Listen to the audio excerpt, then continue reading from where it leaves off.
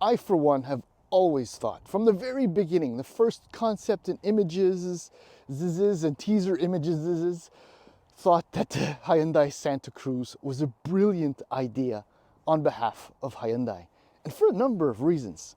One being that even back in late 2020, early 2021, before the Santa Cruz came out for the 2022 model year, there was already a lot of hype surrounding the non-full-size pickup truck segment. Maverick, the already anticipated new generations of the Ranger and the Tacoma, the Ridgeline still hanging around, and the Frontier, the new generation, well, updated, heavily updated version on the verge of arriving. And the timing could not have been perfect for this. And there's another thing too, and it's the way the Santa Cruz has been marketed by Hyundai, which is, well, it's not a utility vehicle. It's just, I'm oversimplifying it perhaps, but a Tucson alternative. And if I'm not mistaken, I think Tucson sales as well as Santa Cruz sales are blended into one. So we don't actually have sales numbers for this. But again, I thought that was brilliant because that keeps expectations low and gives, most importantly of all, SUV buyers an alternative that is very, very familiar to the SUV. I was at the Canadian launch of the 2022 Santa Cruz, and I really enjoyed the whole of the product, from design to the drive to the versatility and utility and all of that. And that remains true, even, with this updated mid-cycle refreshed 2025 Santa Cruz. However, be that as it may, things have not been going that well this week with the Santa Cruz. And it's a reminder to me that for a number of years now, despite what I may have done very, very, very recently, that Koreans, you know what, I'm going to say it now, like Germans, are not all equal. I mean, the products, the cars, the vehicles. Because they've had a number of issues with this 2025 Hyundai Santa Cruz XRT. If you're shopping for a Santa Cruz, then you'll have recognized the trims and the wheels, door handles, and all of the above. And the reminder is that there's still so many bugs, despite this being in its third model year and sharing so much with the Tucson.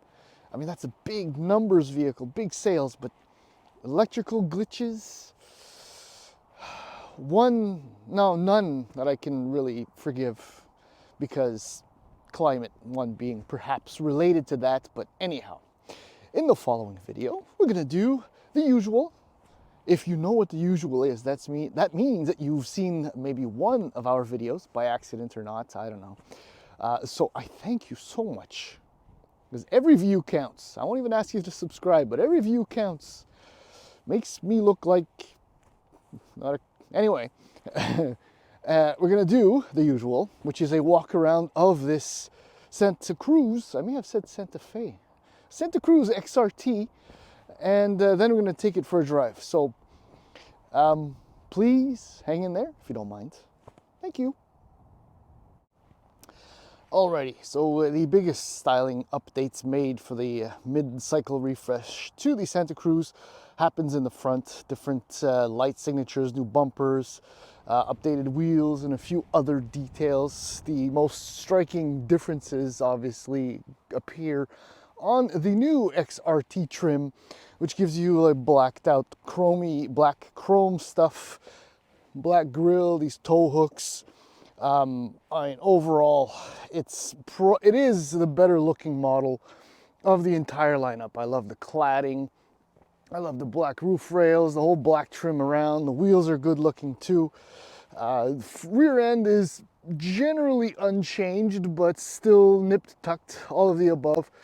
Love the bed steps, by the way. Very cool stuff. Pricing in the US, $28,650 for the base SE. Now, I'll tell you right now, in the US, you can get a naturally aspirated 2.5 liter four-cylinder engine with front-wheel drive.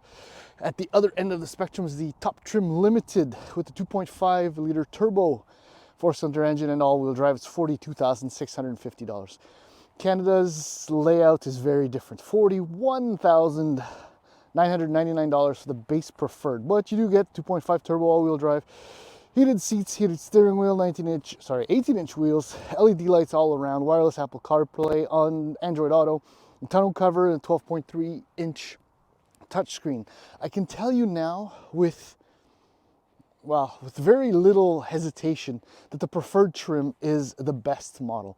Despite the fact that the XRT is probably the more handsomest of them all at $47,499 for, well, all of the physical attributes I mentioned, with black door handles too. You get these unique 18s. It's a twin 12.3-inch screen, so you get the 12.3-inch digital IP. I'll show you that in a second. Leatherette sunroof and skid plates. You're also supposed to get some all-terrain tires, but now winter, so we have winter tires. Sorry, that took a while. It's difficult to justify the extra, I can't count, $7,000, $6,000, something like that, for the same performance overall and capability, because might as well tell you right now, I mean, the breakover angle, departure angle are identical on all three trims, including the Ultimate, which you get 20-inch wheels. Oh, by the way, it is $50,499. So same departure, same breakover, and the front approach angle is only about 3 degrees greater because of the bumper. So this is not an off-roading version. It just looks like maybe it could, but that's about it. So yeah. Let's just go to the bed. Okay, so we start with the bugs. Okay, so as you can see, little shot, we got lots of snow in the last week or so. And I've had it for a week, and it's been very cold. It kind of got a little milder, and then it got cold again. I've had problems with the tonneau cover. It's really cool, and it can hold, I think, 200-something pounds. But what happened is that the handle, see where it says latch slide, it actually froze stuck. So I could not open it. Well, what happened is that when it got a little warmer again, then it was stuck in slide. And at one point I walked up to the vehicle and it had opened up without me wanting it. So if I had something in there that I wanted stored, then that would have been a problem. But even so, like it can hold up to about 1,400 pounds of stuff, so you can haul. It's not that bad. It's not a big bed. It's 4.3 and change feet deep. I mean, I had a couple of toboggans in here for the kids to go sliding. But beyond that, but even so, I mean, there are a number of very cool features that you may have found in other vehicles as well. It's a very decent bed, and let's waste a few moments. It's a little tough to do with one hand. There we go. All right. Love the steps. I already mentioned that, right? Okay, so when we get in, you do have storage under the seat, which is kind of neat, but something you can expect in a truck like this. Is a 5-seater. You will squeeze maybe a teenager in the middle, but not a full-size adult. And in typical fashion with these trucks, the seat back is very, very upright. Something to consider if you always have rear passengers and they're not, well, small people. Okay, I don't know why I showed you the door card. I mean, it's very, very basic, a little dirty. Very basic, but highly functional, and that's the way you want it. There's your twin 12.3-inch display, which is very, very common now across nearly all of Kia and Hyundai products. Seats, you do get the power lumbar support. This is that leatherette. The seats are not uncomfortable, but offer, oh, my gloves are very dusty, very little lateral support, which is a little unfortunate, but otherwise the interior is quite nice. So I'll show you door bins now. Well, let's start it up. So right away, I'll just tell you, all the menus up here, very functional, very typical Hyundai, straightforward, works out beautifully. But like the recently reviewed Tucson, this is no bueno, absolutely not.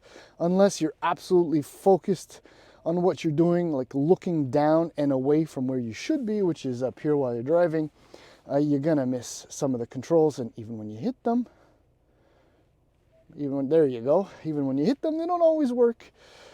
They're very small. This I'm totally against. What I do like is this, an actual shifter as opposed to a column mounted shifter that you do get in a lot of Hyundai and Kia products. Storage is decent. USB-C, storage is decent. These are your drive modes. I'll show them to you now. So you get your drive and your terrain, and then you can toggle through the different ones. That's all fine and dandy. Auto hold, decent storage in here too. I do love this shelf. Finish just overall, as you look around with me, is quite nice, and visibility is good. You do feel like you're sitting very high, despite my seat being at the lowest position. Even when you get around here, storage is good. Where things, let's try it right now. Is it gonna happen? Because as I drive in the parking lot, so I'm not driving very fast. Yeah, paddle shifters. Obviously now it's not gonna show up. Okay, I'll tell you more about that in just a second. What I was hoping to show you is that I've had an error message all week. As I said, right, it got cold, a little bit of thaw, and got cold again. What I had from 3 days ago, so about halfway through my loan, is I had an error message saying check ESC, stability control, check ABS brakes. I suppose all related to the brakes which had froze, which I haven't experienced in, years and years. So what I did, thinking ahead, being, occasionally responsible, I actually parked this in a heated garage, 60 degrees Fahrenheit, about 15 degrees Celsius, for 2 days, meaning that everything had a chance to melt, thaw, and then dry. And immediately upon taking off again, that happened. So it did not affect driving performance as far as I can tell. The ABS brakes still worked, and I still had stability control driving through all the snow. So no issues, but just an annoying light, that warm amber glow that all of us drivers really enjoy. So that, not a problem, but a bug nonetheless. What isn't a problem is the 2.5 turbo 4-cylinder engine, which puts out 281 horsepower at 5,800 RPM. And the kicker is the 311 pound-feet of torque from 1,700 all the way to 4,000 RPM. This actually makes the Santa Cruz and all other vehicles in which it is installed far, far quicker than they need to be. And they have a very good ally in the 8-speed dual clutch transmission, which, other than very slow, takeoffs, a very light throttle application where it tends to shudder just a bit like most DCTs, it is crisp, it is on the ball, and generally fun to drive. The HTRAC system has been put to the test, and it's not, I haven't been messing around with the drive modes because snow just kills all the fun. And I have deactivated the stability control when the light wasn't telling me that something was off. And it's far more of a front wheel drive, understeery type of thing, unless you strong arm it. But for all intents and purposes, it functions brilliantly well. I mean, it does exactly what this truck-ish was designed to do. Ride quality is nice too, I have to admit. It's McPherson up front, multi-link in the rear. It wants to be a little bit tougher, so I think the tune is slightly different than that of the Tucson, meaning that it rides a little bit harder, but I'm totally behind it because it's very controlled and it won't punish you just because it's supposed to punish you. So for all of that, it's great. Fuel consumption, if you saw the numbers, 15 liters per 100 kilometers. Hyundai says you can average around 11-ish, depending on the trim, the XRT being the thirstier of the bunch. But I think the reality is that if you're lucky, you're going to be in the 12s, and in winter, maybe in the 13s and change, 15, that's just me being me. That's the good stuff. Now, the bug that I have a hard time with, and the reason why I can't wait to return this, is Apple CarPlay and Android Auto. Now, don't mock this. It is something of a drug. It's like, I've probably said this before, it's like the VCR and the microwave. The microwave especially. I mean, your cup of coffee just gets a little cool, you know, after 15 minutes and you want to warm it up, and what do? You're not going to turn the stove on or whatever. Apple CarPlay has everything, everything. Waze, Spotify. My kids need Spotify. I need Spotify. Cabled, because I've used, this is wireless Apple CarPlay and Android Auto standard. I always cable because the wireless stuff is very unreliable. I'd say in my experience, 1 out of 3 times I'll get the signal dropped in the middle of a phone call, in the middle of my favorite song, or in the middle of, or just before that crucial turn needs to be made when I'm going somewhere I haven't been before and Waze just drops. But in this, cabled, I keep losing the signal. And it's not the cable because I changed it, and it's not the phone because it works fine in my other vehicles. It's this. And it drives me insane. It just makes me angry because it's cabled and it's dropping. There is no reason for this. There's no reason for the latch to freeze either, because I know it gets cold in Korea sometimes, and in the US and in Canada, and same thing for the brakes and the ABS and the ESC. These little bugs irk me. But the thing is that everything else about the Santa Cruz is just really good. But, oh, the other good thing is the value too. At $42,000 for the base preferred, wow, there's a lot in there going for it. But there's no reason to consider this at all over a Maverick. And if you have $55,000, $60,000 to spend, then you look into your risk a Tacoma, or even if you want a really urban pickup, despite the fact that it's just unloved and underappreciated, the Ridgeline. It's a no-brainer. Really is a no-brainer, other than Honda wanting gold for their old truck. This is nice, but these little glitches remind me why I keep saying you don't buy this, you lease it, and you don't buy used either.